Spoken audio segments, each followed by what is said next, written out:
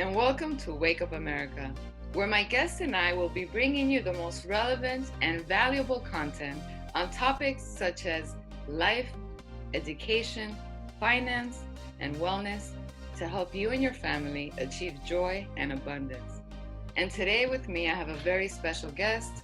Her name is Cindy Olaguibel, a very dear friend who is a mom of two, a very successful mom of two, and a wellness coach and fitness who has been in the industry for over 20 years and is a current consultant for hotels and finance industry. Hi, Cindy. How are you? I'm good. How are you doing? I'm good. Thanks so much for joining me. I know we don't have that much time to talk, but every time we do, it's an awesome conversation. So I'm glad to have you here with me. I'm happy to be here. And, I have to tell you that you've probably been conscious parenting way before conscious parenting was even a thing. I don't even think it had a name. Yes, before that word was a buzzword, yes. Before it was a buzzword. And I have to say, always admired your parenting skills. And so I want to talk about that today because, with everything that's going on in society and teens, I really believe that now more than ever, we need to be conscious, especially when it comes to them, because youth really is the future of our country. It's something that we should all care about because it does involve all of us and affect all of us as a society. When it comes to parenting, how do you base your philosophy on parenting? What is the process that you have been following? Good question. So I have two boys, one adult man that he is now 26, and my other younger one is 11. So for me, and personally, it's two different stages of my life. And certainly there's learning in everything that I've done with both of them. Um, I think the philosophy or the mentality with children is to really understand that they are listening, watching, observing everything without you saying anything at all. That is so. And you really, the way that I look at my sons is whether they're a baby or a teenager or a man, these are the future, of the world. And what kind of people do I want them to be? What kind of base do I want to put in there from what I can control, from what I can possibly offer to them? So I think that it's really important as parents that we really get in tune with ourselves to be able to connect to our child in all the different levels, because there are many levels that you will go through. That's a good point. Because like you were saying, it's being mindful that children are listening to everything we say. We think, and I remember this when I was a kid, and I understood way more than they thought, and that is so true. But another thing that you're saying also is very important because you're thinking long term, and this is Yes. another thing that parents do. We live in the day to day, and we're also busy now. Yes. And so it's very easy to, get home from work, you're tired, you got to cook, you got to do this, your kids are playing, and you're in the moment and you're like, stop, you scream, you do this and you that. You're not being conscious. Exactly. So Yes. what process do you go, because you're human. Of I know you're course. stressed. I've seen you, and I know your job is stressful. So what process do you go through internally? Because it really all starts with us. So what is your process? Great question as well. Um, there's a lot of different personalities. The world is just combined of different personalities, and your children are no different. So being in tune with their characters and their personalities, and some are going to be more introverted, some are going to be more hyper, some are going to be able to communicate better than others. But as parents, if if we are not in tune with our child, who exactly is going to be? You know, I don't really, of course, we have, schools and all of this, but the really strong base, as best as you can, because you're human, really comes from the parents. And or the guardian or whoever is responsible for that child. You sometimes as parents, whatever age that we're at, we have to remember first and foremost that whatever age they're at, their mentality and their world, they don't have the experience, they don't have the common sense of what we do as parents. So I see sometimes parents get very frustrated because, oh, you're upset because, um, I brought you in early from the park. I mean, that is their whole world. And so being empathetic and being sensitive to their world is huge. And I think that that's a characteristics that we should use with everybody. But Yes. certainly, if you don't use it with your child, how do they learn that? How do they themselves? Because what you're using yourself for your children, these are skills also that they will learn and they will pick up. Yeah, and that's true. Because I don't know if you know this, but by the time a child is 18, he will have Mhm. been told 100,000 times, no, you can't. And what you were saying is very important because we need to validate our children's feelings. Yes. Uh, because what happens is they come into this world empty. We're the ones Mhm. that fill them with all these fears, with all these insecurities, with all this, don't do this, you can't do that, bad, this. Mhm. Mhm. So it's very important how we communicate with them because exactly right now they're just absorbing. They're Yes. absorbing everything we're giving them. Exactly. Not Um, only from us, not to interrupt you, but not only from us, but from everything around them. There's only so much that we can control. And that's one thing that parents really have to get a grip with. We can't, there's only so much circumstances that we can control. Depending on their stage of life or where they're at, what they eat, what they're exposed to, they're that's where we're in control at when they're younger. And then as they get older, there's things that we do have to let go some of the control and have faith and have trust in them as well too.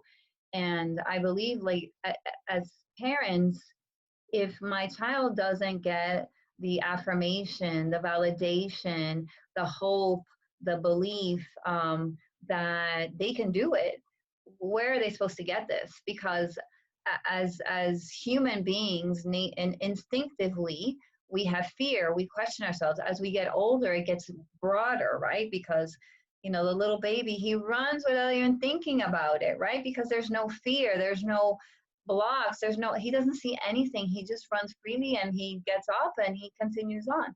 But as we get older, as adults, as our children get older, the fears and all of these things start coming in. So as parents, I believe it's very important that we hear them. Listening is a huge, most difficult thing to do, just as in human nature, right?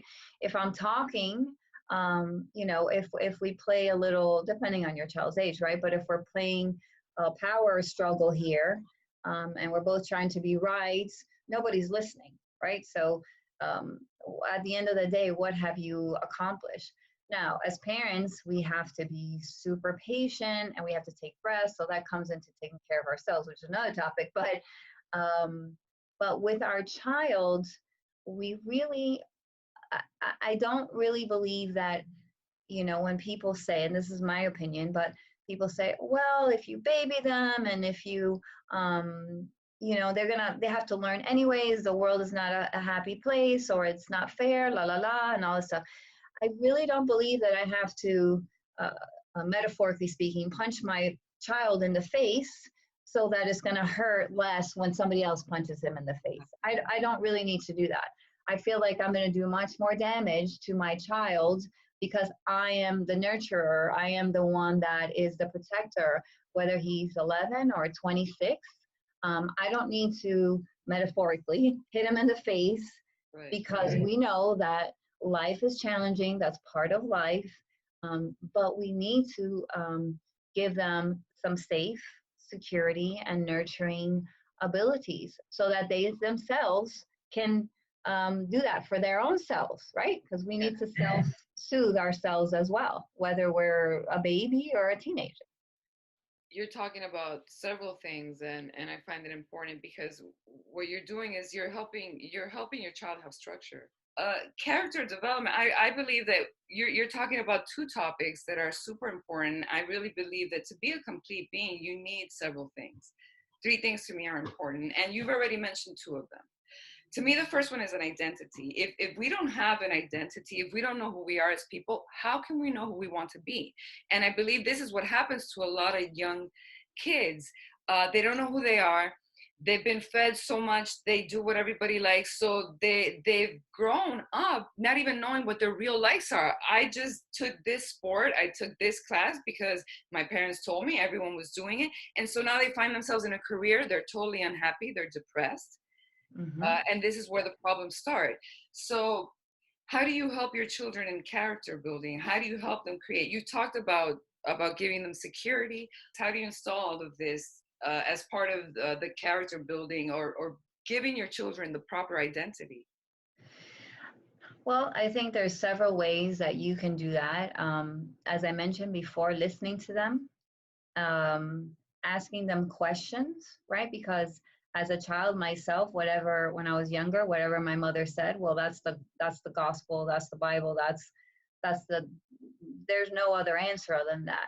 But if I ask, what do you feel? What do you think? What's your opinion? Um, is there a better way to do this? What would you like to do?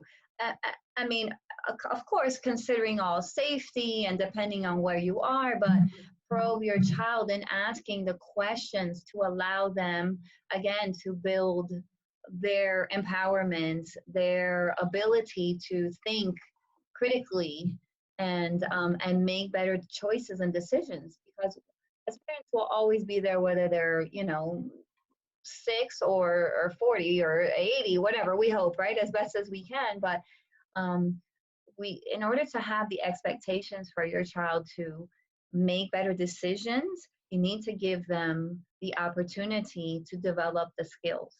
And that is communicating with them, treating them, respecting them. Um, and it can all be done by setting boundaries and enforcing things that you need to enforce, because at the end of the day, you're the adults and you run the household. Um, but it can be done in a very respectful, um, empowering way where you're working with them, not towering over them. I don't know if this is if you've experienced this, but I've heard that the more that you go to your child, no, you can't. You see, the way that children are very excitable, and we have to understand that they also have a different brain chemistry than we do. Yeah. So they're functioning at a completely different capacity, and we have to take that into account. So when you're telling a child, no, and don't say this, and well, it's kind of like a puppy. You're getting them all excited, and they're like, yeah, yeah, yeah. So basically, you're setting like a threat. Mm-hmm. So it becomes, like you said, a power control issue. So how do you deal with that when you set boundaries? How do you enforce them in a way that it's not my way or the highway? How do you Mm-hmm. balance that? I think I think there's several different ways that you can approach it. It depends on your child and um, how they receive things. And again, going back to trying to understand your child. Sometimes, in everything that you're saying, no, no, no, no. We're doing a reaction. We're being reactive to whatever the situation is. Human nature, right? We react right away. The reactions are not going to take away the issue. It's just usually going to build up, right? I never really have met a person that responds that's really upset and you say, calm down, calm down, calm down. You know what I mean? Like it builds them up. However, if they're in a certain high, okay, so let's different approaches, right? What is the situation? What's going on here? I mean, an example of right now. Right now, everything's a little bit upside down and all around. So we have children that are home, Mhm. online schooling. everything has been canceled for them. Right. We have parents that are losing jobs, cutting hours. There's pressure on pressure on pressure. And now these poor children are around us. They're observing. The TV could be on with the news and a constant thing. So there's so many factors that you can't control and things that you could control. So in these type of situations now, you take a step back to say, okay, listen, my child's world has been upside down too. Everything that they're looking forward to, they're disappointed. They don't really have a grasp.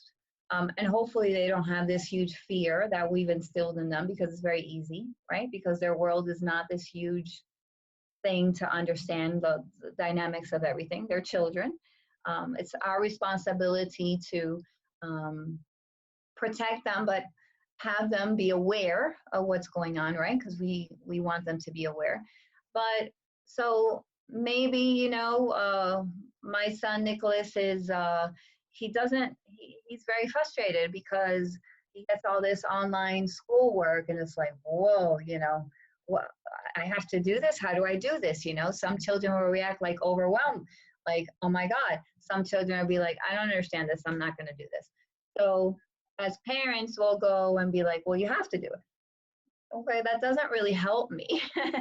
So let's break it down. Let's go step by step. Now we could take the approach of be like, oh my God, this is just one more thing I have to deal with, and we could create that story in our head. And that's not going to be beneficial for you or your child. And this takes practice. Like this takes like some time to, and there's different methods that people can do for themselves. This takes time. But just as an example, your child is going through and upset because their spring break, their parties are canceled, everything else. Like, do we think about that? Can we think about that just for a moment, and be like, maybe their reaction isn't necessarily what you see visibly that they're reacting to. Maybe they Exactly. don't know how to communicate to you. You know what, mom, I'm super disappointed. Right. I had this plan.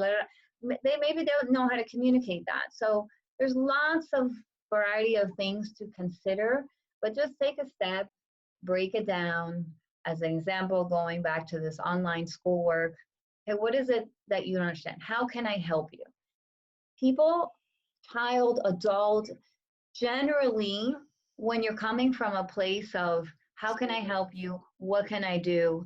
I mean, you may get your hand bitten off a few times, but at the end of the day, you're going to win, because when you come through with some support and some love, eventually you're going to bring that energy and that calmness down. So basically, you're in the service. You're in the service of Yes. bringing value to others, and you're mindful and you are compassionate. And that is the most important thing, I believe, and what you need for parenting, because children need structure, but they need nurturing and they Yes. need understanding. And those are the three things that you're providing, and that's the most important. Let's get into nutrition and let's get into lifestyle, because obviously what we guide our children to do early in life is Hmm. what they will follow later in life. And it's better to teach them young, because as you know, it's so much harder to change your patterns of behavior. We're already set in our ways at the age of 35. So if Hmm. we've been eating Burger King and McDonald's for 30 years, it's going to be much harder to sit there and go to the grocery store and go to the vegetable and fruit section. So Yes. what practices do you have at home? Because I love this. I know this one personally. What is nutrition? What is fitness and wellness in your home? How do you approach that? Yes. Well, I mean, I definitely embrace. I'm a wellness coach, fitness for physical, mental well-being, nutrition. It all goes hand in hand. We're humans. We're not perfect, but certainly when it comes to our children, uh, what they know is what we expose them to, and it certainly starts when they're very, very young. So people say, oh, well, damn, I already gave my 2-year-old a Coca-Cola, and now they won't stop, Okay, it doesn't mean that that's it, they're done, what have you. There's different approaches that you can do. I think that we need to remember that nutrition has a lot to do with um, everything from the clarity of the mind to the energy levels for the children. The sugar goes up and then it comes down. So keep that in mind, right? When your child's very hyper and driving you crazy, well, what did they eat today? Like, did they go, did you take them to McDonald's? Again, I'm not, sometimes we're rushed, we don't have time, and there's so many factors. I totally get that. I love But I'm was not that? gonna lie. I don't go to McDonald's. I might do it once every 3 or 4 months. But if it were up to me, I love Big No. Mac. Yeah, No. it's delicious. Everything There's that's bad for you is yeah, awesome. yeah. Once you see a documentary of what's in there, you'll lose that real No, you quick. don't want to know. You don't want to know. No. But again, it takes some thinking. I mean, my when my children were babies, I did everything from, they ate only the greens, only the green compotas. I didn't introduce any fruit until, like 8 months or something, developing their taste buds, and What's Tuto's snack?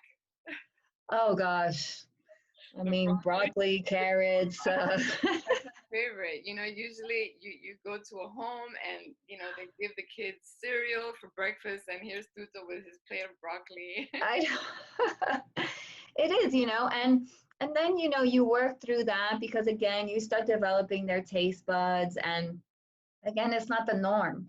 So understand that they're going to be in settings where it is not the norm. So there's other kids, uh-huh. How do you explain it to them? Because I'm sure that their friends are probably doing different things. I don't know if we'll Yes, talk about like boundaries as far as like strict and discipline, but when it comes to food too. So, yes, yes. so what? How do you, So they so what, yeah. How do you deal? Like, well, my friend this and my friend that. Why can't I? most definitely. My older son, he, as Alexander, he was always exposed to that. And then when they have that little rebelling stage, right? They have that really rebelling stage. At least he did by the time that he was like 15, 16. And it was just like, he decided, well, at that time, the vending machines were all M&Ms and M's and sodas and all of this. I don't know, it probably still is, but um, he was just like, no, that's what I'm gonna have. That's what I'm gonna have for lunch. So I said, okay. Again at 15, 16, and I had put the base in him and everything else, and we would have arguments and disagreements, and I found that the more that I fought against this orange soda or M&Ms that he wanted to have for lunch, the more, right? Because that was just in general. That wasn't just in food. That was just that stage that they go through. Well, And I suffered quite a bit with that. oh, you did. Oh yeah, because I'm like, oh my gosh, everything I've done, and then now it's all out the door, what have you. And then little by little, as his body wasn't used to it, right? So then he started physically not feeling well, and acne and everything else, and eventually he started figuring out. He's like, you know what, I'm not going to eat this. I really need to eat a salad, because really his body was telling him like this is like no good. So he had to figure that out himself as a mother, and as a coach. And I was like, oh my gosh, I'm failing. How am I doing this? And that was one lesson I learned with my older son. I needed to back off a little, right? Because he needs to do his thing, and find out his lessons that he needs to learn. And today, now he's 26 and a vegan and plant-based, and God forbid I don't buy an organic everything and I get chewed out on. But you Yeah. know and the little one, he his lunchbox, this is his telling me, must consist of 8 things, and it's everything from the Brussels sprouts to the broccoli to the almond butter sandwich. He's gluten-free and egg-free. But so one thing I let him know, because he, as a child, he's like, how come Well, the other kids, he's sitting here having Lunchables. Like, Right. doesn't his mom love him enough? Oh, And, so it's very important that, again, they are observing what you say, what you do. This is not, there's no judgment, there's no criticism, there's just different methods and different ways. And I choose to show you this way because this is what the way that we live. Doesn't mean that his mom doesn't care about him. There's different situations, and certainly if he wants to try something of yours or the more nutrition because he understands what the food groups do and everything, I educate him. And of course, it depends. His friends are like, "Oh, that's gross. That's disgusting." Blah blah blah. You know, but but but it when becomes you talk to your child and communicate, you say, it's okay because it's going to be different. It doesn't mean that it's wrong. It's just this is what it's doing for you. And if you can help them, great. And if they're not interested, then that's okay too. You're still going to play basketball with the same kid, whether you ate Brussels sprouts and he had a Lunchable. It doesn't really matter, does it? exactly. And as far as like boundaries go, like, do you use the same process? Like, let's say all his friends are going out at a certain time or doing certain things or going places that you might not approve of. How do you handle this? Because I know that you have boundaries, you set values, beliefs. So obviously, it's not everything out the way. It's not a free for all. No, no, So no, no, how does no. that work? I give him room for him to uh, to give his to be creative, to be his personality, but that also doesn't mean like, hey, it's a free for all, what have you. At 11 years old, for a boy, video games is a big thing. Cell phones is a big thing. I choose, to put boundaries and say you will have an hour a day after you've done your chores, your homework, whatever it is that it is. Little struggle there, right? Because, well, Right. so and so, he's still on that video thing at 10:30 at night, or he's on, why can't I play at this time? Because they're going to be on at that time. All of my friends are going to be on that time. Okay, well, then let's see, what do we need to do to be able to get you there on that time? Do you have time to get all of this done? So I work with him, but if it can't be, it can't be. Now, all this sounds great, but it sounds very time consuming. Well, time consuming is relevant to what? Either I'm going to spend time discussing this with him and maybe investing a little bit of my time there versus the power struggle that I'm going to continue to have. Because if human nature, right? If there is some communication and some work between relationships, whatever, daughter, mother, son, father, whatever that it is, they learn what you show them, and it really does go a long way. It doesn't mean you never get into a fight with them because I do. However, if I have these strong beliefs and boundaries that I need to reinforce with him, and he doesn't like that, that doesn't take away any nurturing or any caring. I will say to him, I know you're upset at me. You can go in the room, you can close the door, don't lock it. Scream into the pillow. I have a punching bag in the gym. Hit that bag. Do what you need to do. Don't let me hear you. Release it. I love you, even though we don't agree. That's awesome. That's Thank great. And what you said is so good because it is energy. I mean, I believe we're energy beings. you. Yes. So all these repressed emotions, keeping the anger inside. So basically what you're talking about is you you always acknowledge your children's feelings.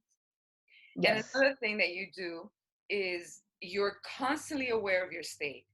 Um, you don't react, which is, again, it has to do with conscious parenting, but I believe that it's more than conscious parenting, because if you are not a conscious human being, you cannot be a conscious parent. So I believe that parenting has a lot to do with you. It has a lot to do with your growth as a person. So what advice would you give to a parent then? Because there's a little bit of a balance here. It Oh has yeah. to do a little bit with you, and it has to do a little bit with the child. So what advice would you give to a parent that maybe is struggling with their child, their teen, their preteen? Oh, I don't think we have enough time for that, but You're gonna but write I a will book. say this. I will say this for moms in particular, right? Because dads are super important in this, but I can't speak as a dad, but I can speak as a mom. I would say to the moms out there, please, please, please, um, be kind to yourself. I think that this is the most important thing because sometimes we put these expectations on ourselves, especially as a mom. We are over an abundance of so many things that we're responsible for. And, um, and I think that self love and self care for ourselves, understand that wherever your child is, whatever stage that your child is at, um, that you have to know yourself and connect with yourself and give yourself some time. My son, he's 11 now. He will be a man one day. He will not be in this house. And it would be odd if he was at 40, that would be another situation. But, Let's hope. but, um, but how can I take care of my children if I don't take care of myself? How? And this is something that is for mothers out there everywhere. I cannot stress enough that you need to take care of yourself mentally, physically, spiritually, wholeheartedly. This is something that I learned long time ago, and there's a lot of guilt. Mom's guilt, whew, is overwhelming, right? Because if I go to the gym and I haven't spent time with my son and this and that, so we create all of these stories in our head. Please understand that if you do not give yourself that time to connect to yourself and take care of yourself, how would you even expect to take care of everybody and everything else around you? How? If I am out, nothing will get done and everything will tumble down. So please take that time for yourself, whatever that it is. It could, I don't know, take a walk in that beach, read your book, take like half an hour, just take that hot shower, whatever that you need to do, right? We have to listen to ourselves and whatever we need to to value ourselves. And self-love and self-care is huge. And the mom guilt needs to go away, because understand that you will be a better parent, you will be a better person, you will be in a better mood. And I can certainly speak from being a fitness coach myself. I can tell you how many runs I took and let out everything and then came back and said, okay, I'm ready now.